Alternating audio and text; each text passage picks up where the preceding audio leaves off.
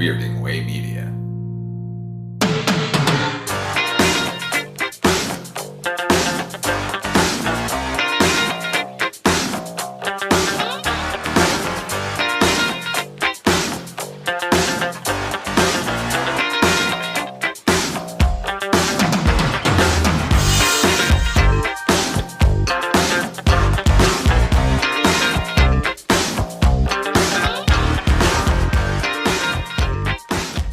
What is there to be surprised by at this point that neither one of us... Okay, because, here's the thing.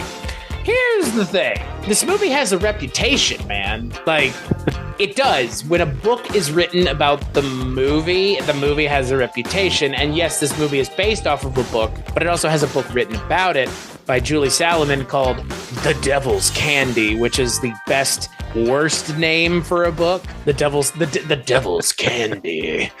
I think The Devil's Candy is the name of a horror movie with Ethan Embry. And you know what I'm talking about? Do you know? Have you seen this movie? It's literally called The Devil's Candy, right? Yeah. Yeah. But this movie has so many people, and this movie's the fact that it's just me and you talking about this movie feels kind of like a shame, because this is the kind of movie that needs to be enjoyed by many all at once together. Agreed. Ladies and gentlemen, boys and girls, children of all ages, on this episode of the Culture Cast, I am still your host, much to the chagrin of many. I am the master of my universe, Christachio, and I'm joined by my good friend. He's confused as to why he's here, because he likes good movies, and we're talking about this movie. You're a friend of mine. You've heard him here before, and you'll hear him here again today. My good friend, the graphic artist among men, good old Dustin. I like good movies, but am sometimes entertained by bad ones. And boy, we're talking about, I think, one of the most infamous bad movies, or at least one of the most infamous box office bombs of all time, to round out Tom Hanks-uary. We're going to be talking about Bonfire of the Vanities. On Wall Street, he's master of the universe. He's a down-and-out reporter. One night, with the wrong girl, he took a wrong turn. And since then, nothing's gone right. I'm going to jail, aren't I? Now, Go get him! one man's misfortune is causing another man's fame. Tom Hanks, Bruce Willis, Melanie Griffith. Just watch the sparks fly. The Bonfire of the Vanities, rated R. Starts Friday, December 21st at a theater near you. So the film is directed by Brian De Palma. It is based off of a screenplay by Michael Christopher, and it is based off of the book of the same name by Tom Wolfe, and it stars Tom Hanks, Bruce Willis, Melanie Griffith, and a whole lot of other people, but importantly, it stars one Tom Hanks as Sherman McCoy, the, quote, master of his own universe, who gets himself into some trouble by fooling around on his wife, played by a very young Kim Cattrall, with Melanie Griffith, a woman who thinks that this is a movie that she's in, I guess, maybe, who knows. And a whole lot of really bad things happen to our good friend, Mr. Tom Hanks, and it's more or less chronicled throughout the movie by the film's narrator, the one and only Mr. Bruce Willis. If this movie sounds like it's all over the place just before we even start talking about it, that's because it is. So, Dustin, I'm curious, what did you think sitting down to watch Bonfire of the Vanities? Well, I kind of heard... from you, I started to scratch the surface of wanting to learn more about this movie before I watched it, but then I held back and I didn't want to, because all I knew is it had some stigma about it. And so I didn't want to go into it too flooded with assumptions. But I will say, the star-studded cast, there's lots of people, lots of faces you're going to recognize in it. I do feel like it was a performance-wise for Bruce Willis especially, kind of phoned in almost. Like, he's coming off of Die Hard movies, and this just seemed like this movie he was just killing time. But the movie as a whole, I don't know. I kind of enjoyed the entire movie. Was it great performances by everyone? No, not really. It was kind of cheesy, but I kind of got the message. Tom Hanks's character just kind of cracked me up, and I don't know. I understand what it was trying to do, and I ended the movie entertained. But I'm also easily entertained, so there's that. Well, I will say that I didn't not find the movie entertaining. Look, this movie is, and I said this to you before we started recording, it is an astronomical piece of shit in a lot of ways. But again, when we talk about something that's as big of a failure as this movie is, there's something kind of revelatory about kind of basking in how bad it is. Because listening to the book, which I've been doing over the last 24 hours, trying to get as much of it under my belt as I can, it's made very apparent how many mistakes were made making this movie and how many small decisions were made that ultimately ended up becoming bigger problems overall in the scope of what the movie's going for. Look, the book is what the book is, and the book was immensely successful. The book, they didn't adapt this into a movie for no reason. It wasn't because the movie wasn't adapting a successful book. This book was a massive success. It's essentially considered to be one of the books about the 80s, and the fucking movie is just a mess. Tom Hanks is miscast, completely miscast. Bruce Willis apparently had a massive ego throughout the entire filming of the movie, which is not great because, again, I think it adds to the kind of problems with the movie overall is you don't have any chemistry between anyone on screen. Yeah, and that's apparent. And to mention the actor in the movie who I think is the most miscast of them all, Melanie Griffith. What Melanie Griffith is doing in this movie is she pretending to be Jessica Rabbit? Like, I don't understand. Like, her voice is so off-putting. Her character is so off-putting. And I get that that's the point. But, when I was reading the book, they talk about this idea that mainstream audiences don't want to see terrible characters throughout an entire movie. They don't want to follow a movie where every character is terrible. And I don't agree with that because one of my favorite shows of all time is Goodfellas, or is The Sopranos. One of my favorite movies of all time is Goodfellas. Goodfellas is, if people ask me, and I know that they know at least some cursory knowledge about movies, it's always going to be Goodfellas. If someone knows a little bit more and has some more deep cuts under their belt, it's always going to be Freaked. But Goodfellas is a movie about three terrible people doing terrible things and showing us how the lifestyle of being a mobster is terrible and not one that you would want because these people destroy their lives because they're mobsters. This movie could have been that. It could have been written in a way where we can get on board with the characters that are, quote, hard to like or unlikable. It could have done that. But you cast someone who's too likable to be an unlikable character. I'm sorry. But Tom Hanks has a harder uphill battle in this movie than he does in most movies because it's hard to find Tom Hanks unlikable, just like in Volunteers, another movie that we watched this month. You're really making the boulder bigger and way more when you say, all right, Tom Hanks, I want you to push against me as opposed to helping me push the boulder up the hill. Because Tom Hanks doesn't really shine as an actor when he's being asked to be uncharming and unlikable because it comes so effortlessly to him that you're really, I know that people want to play against type and someone like Bruce Willis, I don't want to do action movies forever. I want to do other things and, moonlighting. I don't want to do that. So I'm going to do action movies. And now it's the problem you had, but the reverse. Like Tom Hanks has just always been likable. There's a reason this guy, and we said it again at one point this month, he played Mr. Rogers, the most likable of likable people in the entire universe.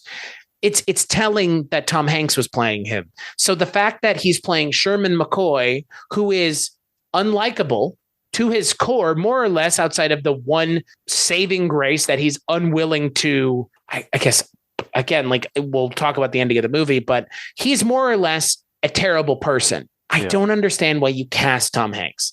And if that's the first mistake that you're making, it's a big mistake to make. Well, he's coming off of Turner and Hooch, The Burbs, big, very, like you said, charming Tom Hanks character. He carries movies. Those movies. Yeah. And I get that, like, and you mentioned the comparison to Goodfellas, like these are supposed to be people that you kind of detest. And Tom Hanks kind of came off to me as kind of oh, hey, yeah, I'm a rich white guy. Hey, yeah, I didn't do anything wrong. It was just way too shoulders up, high pitched. Like, I don't know. I read that they were originally going to cast Steve Martin for that same role. And I don't even know if I could get behind that because I don't know if that would have been right. The person that I saw that Tom Wolfe wanted, that he wanted, and it makes perfect sense. It makes perfect sense. When I say the name, you're going to go, yeah, that's it. Chevy Chase. Yeah, he would work. Right. Because Chevy Chase, again, infinitely unlikable as a human being. Clearly, we've heard nothing but terrible stories about how terrible of a person Chevy Chase really is as a human being. But all of that aside, he plays that kind of character to perfection every time he's in a movie. Fletch is a likable character up until a point. Obviously, the character in the book is a little bit different than the one on the screen, but the character on screen has a level of likability to them, but has no issue with being abrasive. He can be abrasive when he needs to be to get the job done, to achieve his goal, what have you. Chevy Chase as Fletch is quite abrasive with his boss, who actually is in this movie. Richard Libertini is in this movie as Ed Rifkin, and I couldn't think of anything other than better movies that everybody in this movie is in while watching the movie. But I think Chevy Chase would have been that perfect choice. Is he a little old at the time in 1990? This is around what? Nothing But Trouble. So we're talking like a little bit of silver-haired Chevy Chase. Yeah. I think it would have worked because he just plays a believable asshole. Yeah. But you can still root for him. He's an asshole you can root for. And Tom Hanks was kind of a Mr.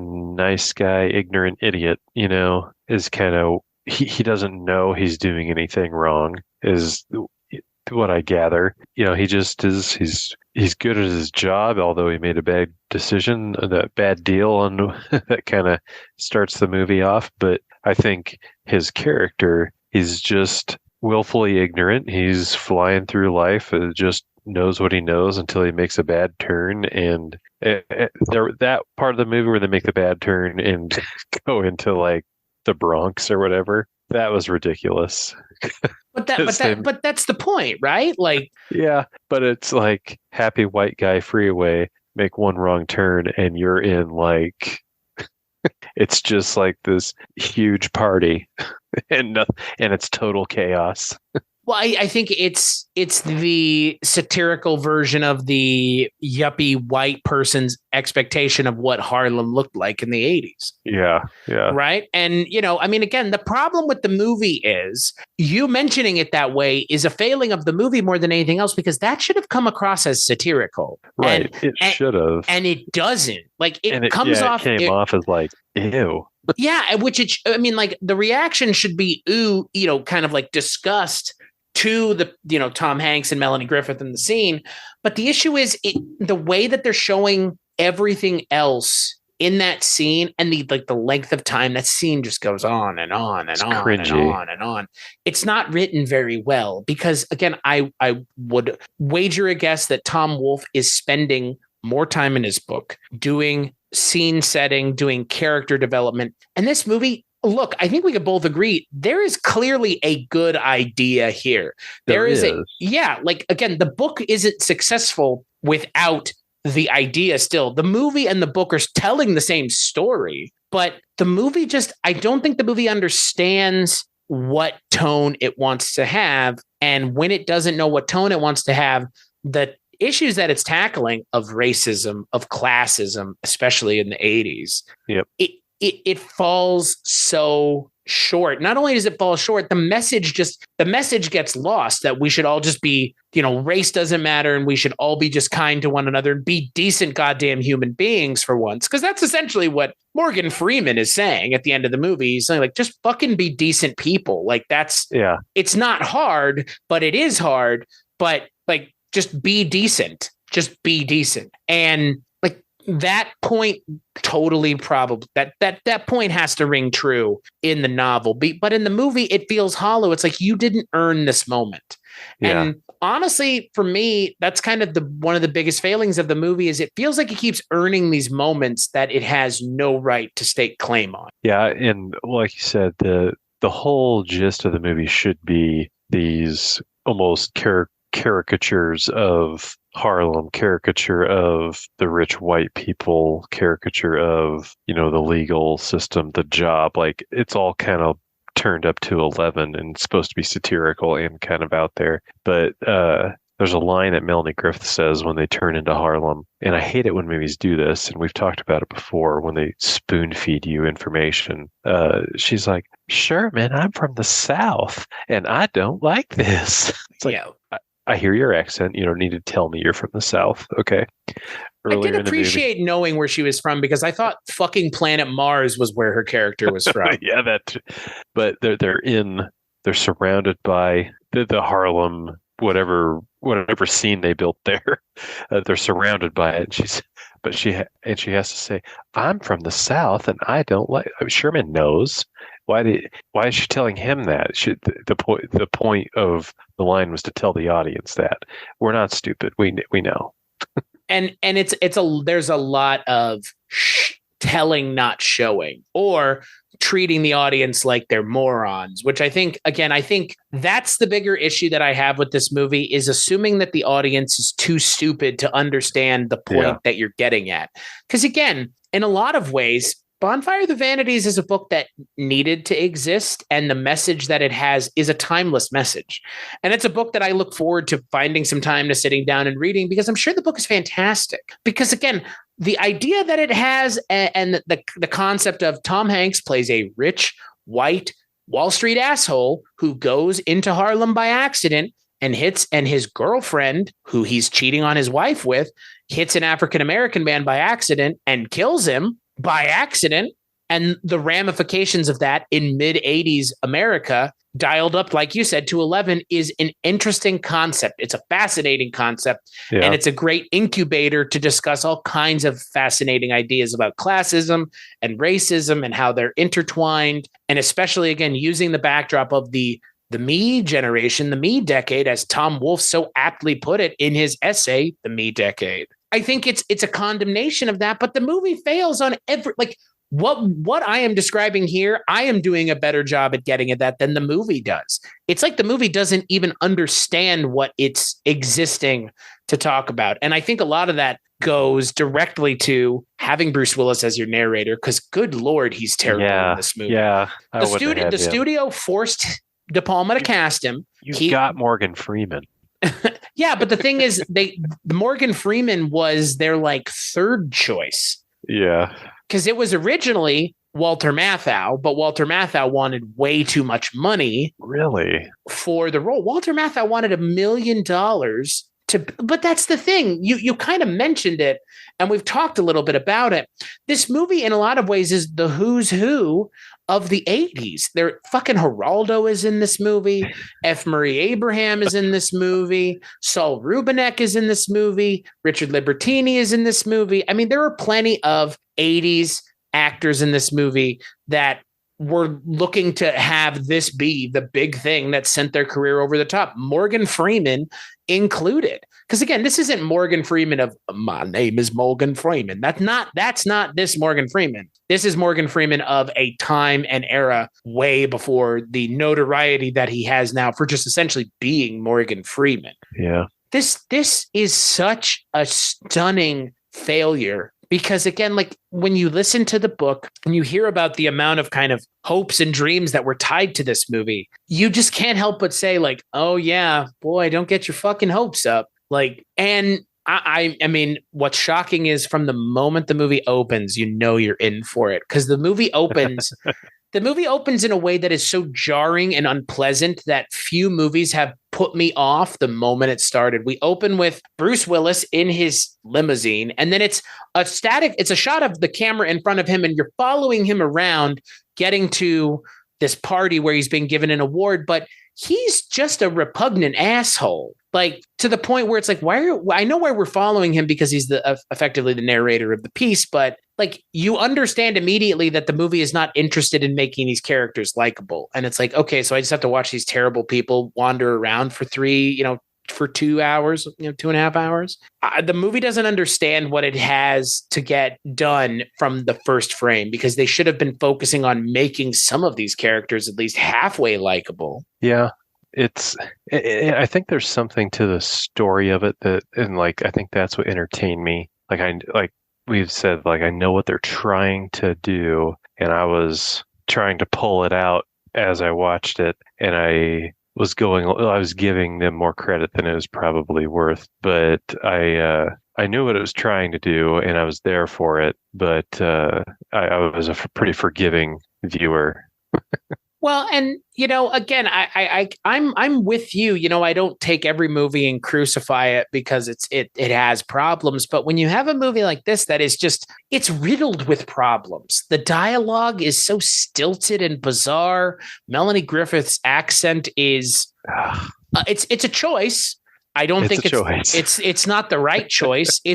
She's at times almost unintelligible. And then other times it seems like she's straight up just ADR'd into the scene. Like there'll be, a shot of her with her back to the camera and they're like following her and Tom Hanks, or they're walking. You can't see Melanie Griffith's mouth. And it sounds ADR'd because maybe the accent that she was doing wasn't good enough to carry them through the actual recording. So they had to come in and fix it. Or maybe they were trying to do damage control to a plot that seems to just spin out of control about an hour in. But like the thing with Melanie Griffith, like I don't want to gang up on an actor and blame the entire movie on them, but she's 1/3 of the main cast. And she is not just miscast, but you can be miscast and still be competent at what you're doing. She's not just miscast. This is just unconscionable. Well, and I couldn't really follow, other than she was just the mistress. Like I couldn't really follow much else about her. There was something like she goes to Italy and she has these paintings, and Sherman at one point says, "Wow, that looks a lot like you." And she's like, "Oh, does it?" And then just closes up the folio. And like, what the hell is going on with her? I just don't know. She's either just trying to just be all over Tom Hanks and she's just dropping her clothes all the time, or she's running over people. The other things they sprinkle in just make no sense. And again, I think to your point, like, I don't think they know what to do with her in the movie. I don't think they know what to do with her character. And obviously her character is a massive part of the narrative because she ends up being the one who's driving the car that Tom Hanks then, essentially is taking the fall for, but doesn't want to because she won't be honest about what happened. Because again, I mean, that's one of the things about the narrative that this movie is trying to get at is people are terrible. And these kinds of people, even when given the opportunity to do the right thing, don't. I mean, they have that scene where Tom Hanks comes back to his home after he kind of gets out of jail finally from hitting this African-American gentleman in Harlem. And all of his white erudite friends are cheering him on and are happy at what he did. Maybe, you know what? In a scene like that, where the movie should have been taking a really interesting stance on what it's talking about, I couldn't even tell what that scene was getting at. I couldn't tell what they were cheering for, because even when they interact with Tom Hanks, they're just like, "Good job, my good man." And it's like, for what? About what? What? Say something, movie. Like I would wager that the book has plenty to say. The fact that the movie almost is uninterested with having anything to say feels like, how could you miss the point of this narrative so entirely? Yeah. Yeah. I'm trying to think.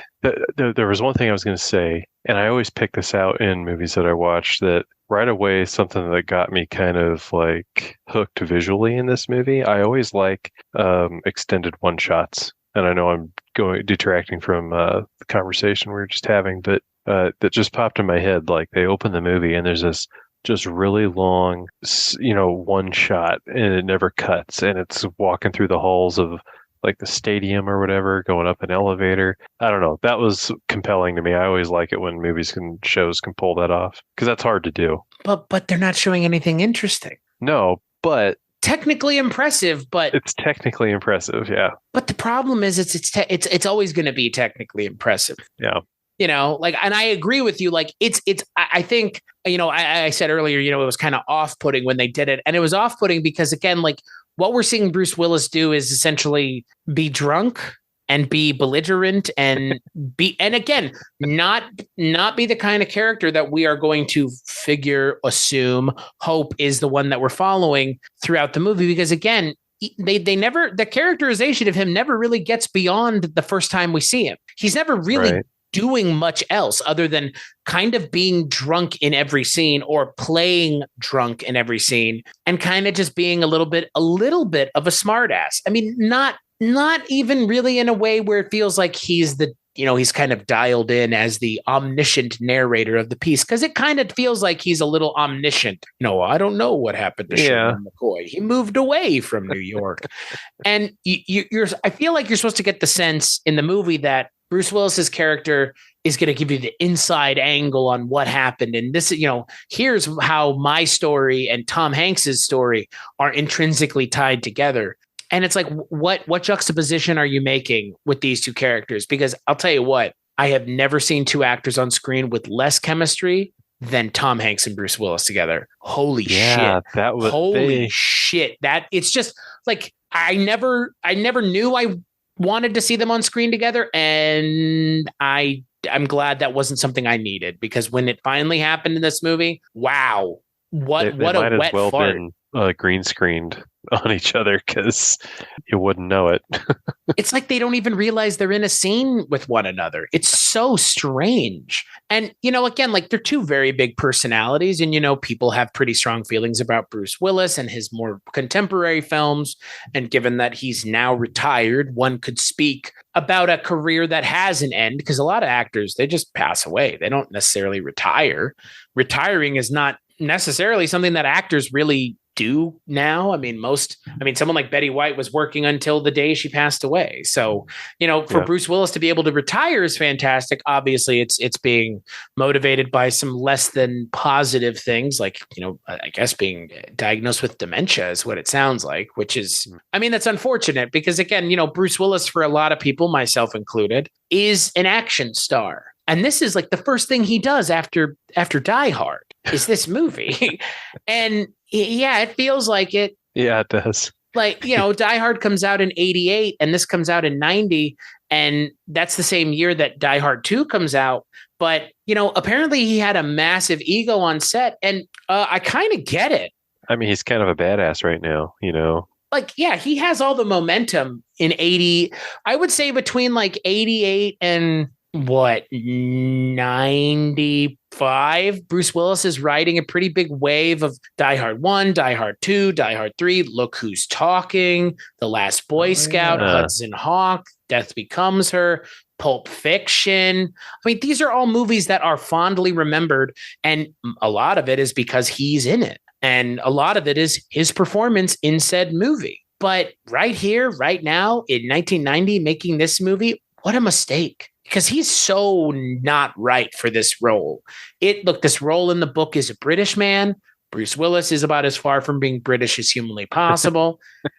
The original actors they wanted were Jack Nicholson and John Cleese. John Cleese, I think, would have been interesting. John Cleese is a very different kind of energy for a project like this. But I think Bruce Willis was clearly the wrong energy. I don't know. See, that's the thing. I've always wondered, like, what's your read on Bruce Willis? What's Bruce Willis's energy?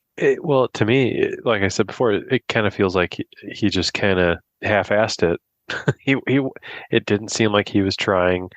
They're like, play a drunk reporter, okay, or a drunk author, okay, and he wore sunglasses for most of the movie and didn't have to do much, and narrated it, yes, but I mean, even that didn't have much inflection of anything when he's narrating. He was just reading it.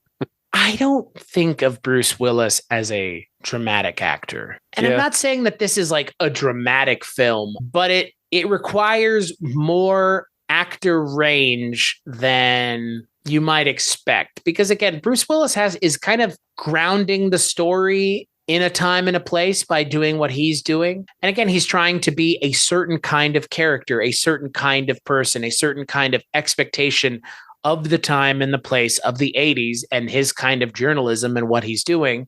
And I think the character is an interesting one. And obviously it drives a lot of what's going on in the movie. But because Bruce Willis is just so eminently unlikable and uninteresting as the character, I kind of don't know who I liked in the movie. There's no one to really get behind. None of the main three performances are very good.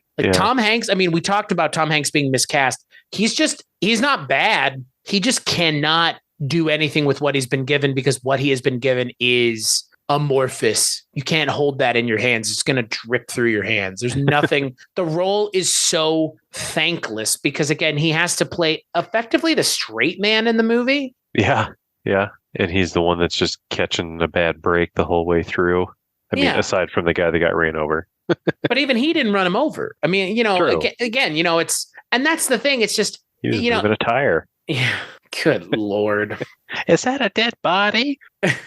What's a tire, you stupid fuck? Like, that's the other thing. We kind of mentioned Melanie Griffith and the accent that she's using. She's just grating too. Oh yeah. I don't know if I've seen Melanie Griffith in anything other than Body Double. It's not an actress I necessarily gravitate towards. I don't know. I mean, again, like this is the first thing I think I've seen her in all the way through as a main part of the film. And just she's playing a shrew. Like she's just playing this like terrible woman in a very stereotypical way. There's no subtlety to her character at all. She's painted with a very broad brush. But I mean, even if you're going to paint a character with a very broad brush, you can't just expect us that, well, you're going to hate her because of the way she sounds. Because that's what the movie, that's honestly what the movie feels like it's hanging its hat on. Like, well, she's an annoying sounding character, so you're going to hate her. And it's like, that's fine, but we're still going to have to spend a fair portion of the movie with this character, or at least in the direct vicinity of this character.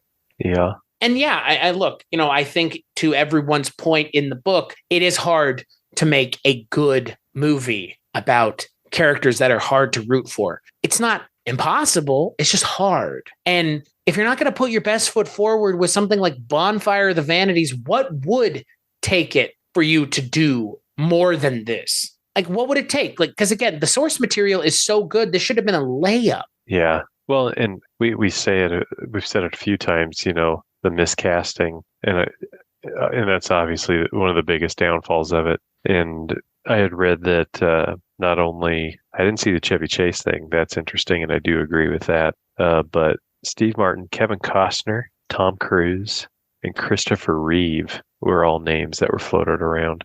I can't see Christopher Reeve doing that. I think it's the same. I think it's the same problem that they have with Tom Hanks. Like Chris Reeve. I mean, okay, I don't know if you've seen it, but there is a Tales from the Crypt episode that features Chris Reeve, and he plays a cook who is relying on Judge Reinhold. Is it Judge Reinhold? Judd Nelson. Judd Nelson's character to kill people and provide them meat for their restaurant that used to serve clams, and now they serve essentially like, Philly cheesesteak sandwiches. And even in a story where Chris Reeve is meant to be the villain of the piece, because again, he's knowingly feeding people, he still comes off as a sympathetic character because, he's just doing what he has to make ends meet. And serving people human meat is just incidental. In a lot of ways, this movie needed some of that. Like maybe you don't need them to be terrible. They just happen to be embroiled in terrible situations, but making it terrible people having terrible things happen to them. It's like, I'm more or less rooting for the world to fuck them and to see what those consequences are. I'm not sure I care that by the end of the movie, Bruce Willis is like, well, Sherman McCoy is now in hiding and I am a rich piece of shit. Like, okay. Like great. And that's the problem with the movie. It's just very surface level, surface. It doesn't go very deep. Yeah. No, I mean, it's like they read the spark notes of what Bonfire of the Vanities was like. Well, we can make a movie around that. But what I don't understand is, Michael Christopher is a, Pulitzer Prize winning playwright, for fuck's sake. Like, I don't get it. The people that are involved in this movie, Brian De Palma made one of my favorite movies, Phantom of the Paradise. He's not a bad director. It's almost like this is a time in everyone's career where they were all like, yeah, we're great at what we do. And so, yeah, we can crank this movie out. And that's all they did. Well, they were cranking something. They just banged it out and thought like, we're all great at what we do. We're all, top of our game at this time of history. And yeah, how could this fail? And they just never gave it a full effort, anybody at any point of it. And what's so weird is, again, like you just mentioned, I mean, everybody involved with the movie, if it feels like They know what they're doing. I mean, again, I've seen Tom Hanks in plenty of good movies. I've seen Bruce Willis in, I mean, again, I don't know if I would consider Bruce Willis an acting powerhouse. Maybe after Die Hard, him becoming action star Bruce Willis, probably what he always wanted. But I've seen plenty of episodes of Moonlighting to know that Bruce Willis has pretty good comedic timing, and his chemistry with Sybil Shepherd was pretty cute. But this does not play to Bruce Willis's strengths as an actor, either action or dramatic. It doesn't play to Tom Hanks's strengths as a human being, which transfers to him being an actor. Because again, I think a lot of people, myself included, just kind of assume that Tom Hanks is a nice guy in real life because he plays nice guys in movies. And apparently those two things are the case, at least with him being a nice guy in person. But to say we have to hate both of them before the fucking first reel even runs is not a great idea, because I don't think Bruce Willis is imminently unlikable at his core either. Right. Yes, I agree. Have you seen other Brian De Palma films? I'm sure you've seen Scarface. Oh yeah, okay. I was gonna say unknowingly, I get sometimes I watch movies and I don't care who made them. I just I just consume them. Well, and you've seen the original Mission Impossible. Yes, I have seen that. So I mean, knowing those, this is a far cry from anything like that. There's way more character development in those, and there's way more going on in those. Given that one of those is almost essentially an action movie. Yeah. I think the first Mission Impossible has a lot less action in it than most people remember, given what Mission Impossible is now.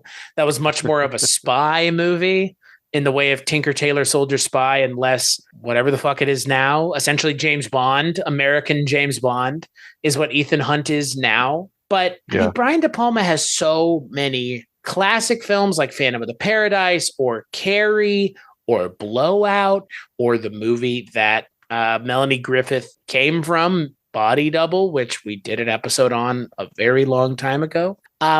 Those movies are better than this. And I get that why they wanted De Palma. I mean, you want a director of note to make a movie of note about a book that is a massive, kind of pop culture reference point for so many people. But I think, to your point, is just like everybody just kind of phoned it in. Yeah, I think they all just thought that they're at the top of their game. How could it fail? And nobody ever thought anybody, or everybody probably thought somebody else would pick up the slack. I don't know. It just nobody involved did enough. And I've read that De Palma effectively said, people didn't like the movie because it wasn't the book. And I mean, there are always going to be those people. There are the people that say, well, Jurassic Park, the movie, is nowhere near as good as Jurassic Park, the book. And in a lot of ways, they're totally right. But still like Jurassic Park.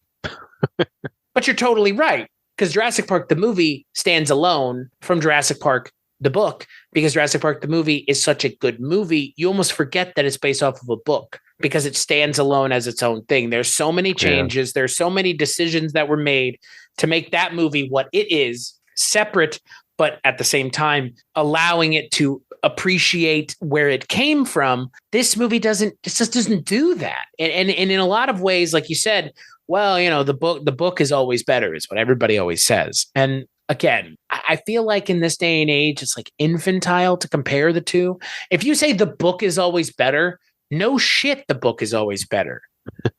Because again, it's like saying, well, a TV show of this would have been better. No shit, it would be better. If you give the creators time to build a character or build a world and then create the characters and flesh it out and actually give the narrative time to breathe, of course that medium is going to be better. Of course, a book is better than a movie, but a TV show, I think, is better than a movie as well. I think a movie is the hardest spot to do an adaptation correct, because most of the time when they're adapting something, they're adapting another medium that, like The Last of Us. The Last of Us was going to be a TV. I guess it was going to be, it is a TV show, but it was going to be a movie. And watching the TV show, it's just like, what? Like, how could you have crammed any of this in there, let alone, 18 hours or whatever the fuck the game is? And this is the same thing. Bonfire of the Vanities, not a short book. It's like 690 pages.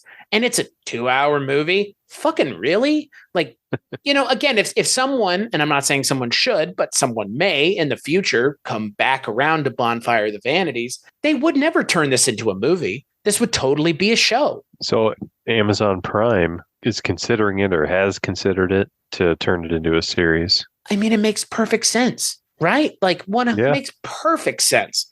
I honestly don't know why you wouldn't, because it allows you to do the thing that anybody who's creating something that is in response to the first time it was made, they get to say, I did it better. This is the definitive take on this. You again, if Amazon does something with this, nobody ever needs to watch this movie again, because this movie will be an artifact of its own existence. Like if I mean, there are people that love the Ralph Bakshi Lord of the Rings movies, myself included, not for any particular reason, but the Lord of the Rings Peter Jackson movies didn't come out and erase it. But I don't think people are looking at those Bakshi movies and going, that's the definitive Lord of the Rings adaptation. And I know that there are people that have issues with the Jackson movies, but if a Bonfire of the Vanities comes out in another form, be it another movie or a TV show, they're not going to ever make the same mistakes that this did, because this has already made all the mistakes. This movie makes about as many mistakes as you can theoretically make getting to the screen. Miscasting, poor decisions on, I mean, again, the director I think is fine, but just poor decisions on the script and the direction of the script and the tone. All of those things would be avoided, because you know what? And that's the thing. You can't even really tell this story now the way that they did, because they don't give what's going on in the movie any weight, which is fine. Again, it's satire. So to deprive the weighty topic of racism and classism of some of its weight is kind of the transgressiveness behind being satirical. But at the same time, it feels like it doesn't understand that there is a joke to be made, or kind of a fun to be poked. And it plays it straight. Yeah. In a way that, like, you couldn't play, you would have to play this straight now. You couldn't play this for laughs now unless you did it the right way. Because there are plenty of things that are taking to task classism and racism from both sides. Racism of whoever against whoever. There are plenty of things that are coming out that take to task those people, and the people that are being racist, and the enablers, and the people who are sitting by idly. There are plenty of things that take that to task. And this should have been one of those things then. And if they were to make it now, it totally would be. Yeah. And for a moment, let's think about this. Who would you cast as those main roles today, just off the top of your head? I think you could do Emma Stone as the Maria Ruskin character. Oh, there. I like that. Yeah. But the Tom Hanks and Bruce Willis roles, like the Tom Hanks role, there are plenty of actors that could do the unlikable thing now really well. Again, I just don't know if they have the acting ability to get it past an unlikable character into a complex character, because it needs to be not unlikable, but a complex character who has many facets to them. It's like the guy who played Dexter. Oh, Michael C. Hall. That's it. That could I think of totally. him as I could see him as a complex. I mean, he was in Dexter, pretty complex. I feel like he could play erudite really well. I mean, he plays erudite. Again, as I hear it in his voice. And I don't know if you saw the movie Gamer with Gerard Butler, but he kind of plays an erudite dickhead in that movie really well. As for the British Peter Fallow role, which, again, when they were talking about Jack Nicholson and John Cleese, it makes me think that they're looking for someone who's older than Bruce Willis was. Who would be good? Totally. Peter Capaldi. He could totally play that kind of dickhead journalist role perfectly. Because again, Peter Capaldi is an actor who is likable, but he also plays unlikable characters really compelling. I forget the name of the movie, but it's the movie where all of his cursing on YouTube comes from, where he's calling people horse cocks and everything else. Where he's playing, it's the character of Malcolm Tucker that he plays in the thick of it. And that is the character that I think of when I think of what this character should have been, because that character is not likable, at least not conventionally likable, but he is a likable character in the context of the world that they're presenting. And I think that's what this movie misses, is the characters can be unlikable, to us in our reality, but they can be likable in the reality, the heightened reality that the movie is creating. Because again, like we talked about, the scenes in Harlem are not reality. That's not the way Harlem was then or now, but that's the way it was perceived by that group of people in that time and that place. There is almost like a dream quality to this movie. It's like a fairy tale. Yeah, yeah. But like, and that for me is a success of the movie. It's just nothing else in the movie ever rises to the occasion I think it's Vilo Zsigmond's cinematography. It has a dreamlike quality to it. And I think the cinematography of the movie is fantastic. But I mean, Vilo Zsigmond worked on that can't carry it the whole way. No, yeah. I mean, he worked on Close Encounters of the Third Kind and The Deer Hunter. So yeah, I would hope the guy directing where the camera needs to go and how to make sure it looks good is making sure that the movie looks good. And it does look good. And it does have that kind of heightened reality to it. But nothing else ever rises to the occasion of that. And that is just, again, it's like every failing of the movie wrapped up and rolled into one is just not understanding what the fuck the source material is actually talking about. I did appreciate that Richard Belzer was in this movie. Richard Belzer, who just recently passed away. Oh, really? Yeah, he passed away last week, and he offered to suck. Whose dick was he offering to suck in this movie? Tom Hanks' dick or Bruce Willis's dick? I thought you like not like in real life. He offered to suck somebody on his deathbed. What? I want to live. All you have to do to survive is suck this dick. Peace out. You know what? On the other hand, I didn't want to live that badly. Bum. I mean, ultimately, if the option is die or suck a dick, nobody is not taking a shot in the mouth, right? Like conversation pre-frozen Zoom to post-frozen Zoom is wildly different. It's like somebody wandered into a completely different podcast. I mean, anything is better than talking about this movie and what this movie has to offer because it has so little to offer. God damn it. Morgan Freeman's in this movie and he's just like given nothing to do. Everybody in this movie does nothing. Well, even Morgan Freeman, like as good as we know of him now and how much we cherish Morgan Freeman. He doesn't have much to do, but what he does do is almost kind of weird. Like he's on screen for very little time, but he gets loud and he takes charge. I mean, that's one thing he does do is that he takes charge of the scene, but it comes out of nowhere. and it really does feel like somebody else was meant to play that role. Yeah. Like right? Walter Matthau. Like Walter Matthau. or the actor that they did have signed on, who they still had to pay, Alan Arkin. I could totally see Alan Arkin. Oh, yeah. Yeah, he would. I mean, again, Alan Arkin is a rather kind of abrasive, curmudgeon-y dude from all accounts. So he'd have been great. Yeah. Yeah. I don't know. Like, I honestly, I don't say this. I try not to be hyperbolic, but this may be the worst cast movie I've ever seen. And it has Tom Hanks and Bruce Willis in it. And it was a $50 million movie that people were really like not staking their livelihood on, but thinking like, this is going to be my ticket to like the next level of my career. And yeah, you're right. Yeah, I would agree with that. Yeah, and there's plenty of people in this movie that are super recognizable. Donald Moffat from The Thing, Kurt Fuller is in here. I mentioned Richard Libertini already. Kirsten Dunst is in this movie, a very young, a baby essentially, like child Kirsten Dunst. She plays Tom Hanks and Kim Cattrall's daughter. When they're explaining about the crumbs and the slice of cake, yeah. That's Kirsten Dunst. But I think my favorite credit in the movie is the one that the movie doesn't have, which is F. Murray Abraham, because they wouldn't put his name where he wanted. So he's like, take my name off this movie. Take me out of this movie. Uncredited F. Murray Abraham, even though he's clearly in this movie, because ladies and gentlemen, F. Murray Abraham drops a hard R, N-word at one point. Yeah.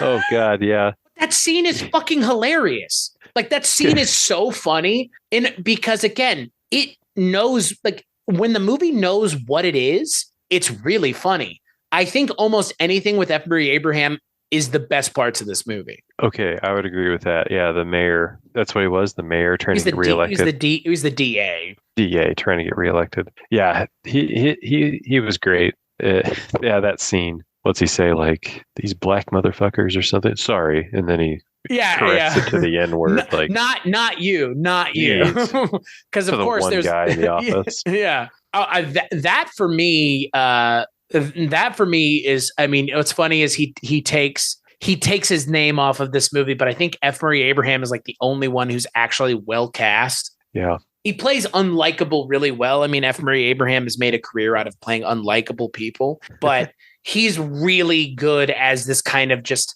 shithead DA. And again, like I would actually go as far as to say Saul Rubinek is pretty good as well. Anybody who's kind of in that orbit of F. Murray Abraham in this movie is playing an unlikable character in a way that makes sense, but we can still be on board with the scenes that they're in. Because again, yeah, drops a hard R, but that's one of the funnier scenes in the movie because again, they understand the scene that they're writing. Yeah. You know, not to backtrack, but you mentioned Geraldo being in. So are Bruce Willis and Geraldo like working for the same, like, are they colleagues? Is that what I kind of gathered? Or are they rivals? Like competing? I don't know. I don't even understand why Geraldo's in this other than having Geraldo in it. It's so weird because you've got disheveled Bruce Willis standing next to like talk show looking Geraldo. Literally like well manicured Geraldo Rivera. It's such a weird, as is the movie throughout. There's just such weird dynamics. Well, it's weird anachronisms from the 80s. Yeah. Yeah. Like Geraldo, like if you were to watch this movie today, seeing Geraldo might not mean anything to you. For a certain group of people, if they were to watch this today, seeing Geraldo, they might have to look up who that is my point. But like, again, for a certain group of people, yourself and myself, Geraldo is a understandable reference point to be making and one that they would totally be making in this day and age. And this is crazy to think about in a lot of ways, but the book, The Bonfire of the Vanities, came out in 1987. This is technically before the rise of Al Sharpton, and they kind of created the character of Al Sharpton in the movie by accident. They kind of did. I mean, the person who Al Sharpton is pretty close to the character that Reverend Bacon is in the movie. Yeah. And Al Sharpton was not the Al Sharpton of now when the book came out. Yeah, that's a interesting observation. It's kind of spot on. And what's funny is like, because Al Sharpton really got involved in 89 with the, everything that was going on with Yusuf Hawkins and Bensonhurst. But like, again, the characters, there are some things about this that are so spot on. That is one of them. That's like eerily prescient. But yeah, I think for the most part, this movie just, I'm really interested to read the book. Because the book has to probably feel a little old and anachronistic because, yeah, it's kind of the point of a movie and a book about the 80s. But I've probably got to assume that it's very similar to something like American Psycho. Again, like kind of taking to task a time and a place in our country that is in a lot of ways hard to grasp and fathom now, because we've essentially been told that decadent lifestyle of the 80s contributed to the shit we're dealing with now. And, everybody had fun at the party, and now everybody else is still cleaning up the party 30, 40 fucking years later. That is not a message that would be unappreciated in 2023, which I think is where they would probably go with something like this. Or maybe they just said it in the 80s and want to just, jerk themselves off to doing every 80s-ism again with modern technology and making it look really slick. But Bonfire of the Vanities, the story that it's telling, yes, it's a uniquely 80s story, but at the root of the story is a story about racism and classism. And boy, that's still just as prescient today as it was in 87. And I think if you do this now, you just update it for now. Just do it today. And yeah, you can still do a satire because there are plenty of things to satirize that were still going on then that are still going on now, and new things that are going on now that have analogs to the 1980s. You can't make this in a vacuum without thinking about 2023, without thinking about the things that we've seen in the 30 plus years since this movie and book came out. And that's, that for me, I think more about with a movie like this, I think about more the thing it could have been, the thing it can become the next time somebody gets a crack at it. Because all this was, in a lot of ways, was a cash grab. And it really, really fails in a way that, again, they write a book about it. They talk about it on, I think it was like TCM had a podcast, The Plot Thickens, where they talk about the movie. I mean, it's more or less recounting the Julie Solomon book, but still, like, she narrates the podcast and talks about the movie. This is a notorious failure. This is a notorious box office bomb.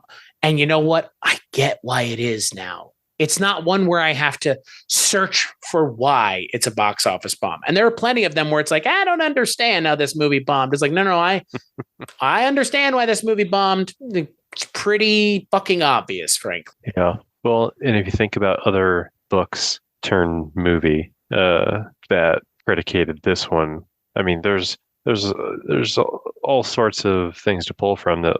Like, if this is a great book, this will be a great movie, So again, I think people relied on the formula too much. Well, and I mean, look, it's not like in the 90s we don't have a couple adaptations of books that aren't in their own right complete failures.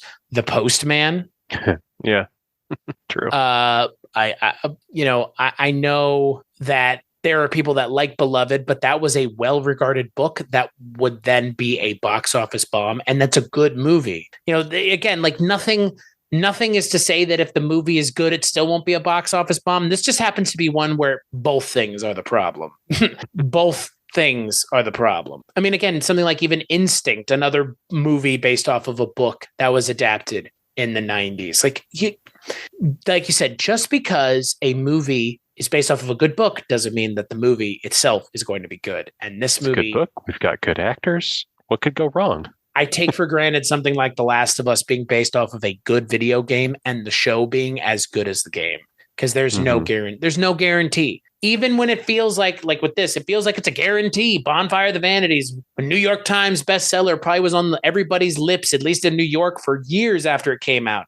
And everybody in New York was probably super excited to see this, or maybe it missed the mark or missed the time that it was supposed to come out. But the movie only came out 3 years after the book. So this is still part of the conversation. And boy, just no way. I would rewatch this with a group of people to laugh, but it doesn't verge on so bad it's good. It's just so disappointing. It's disappointing. Yeah. Like all the machinations going on behind the scenes provide a much more infinitely interesting story than everything happening in front of the camera.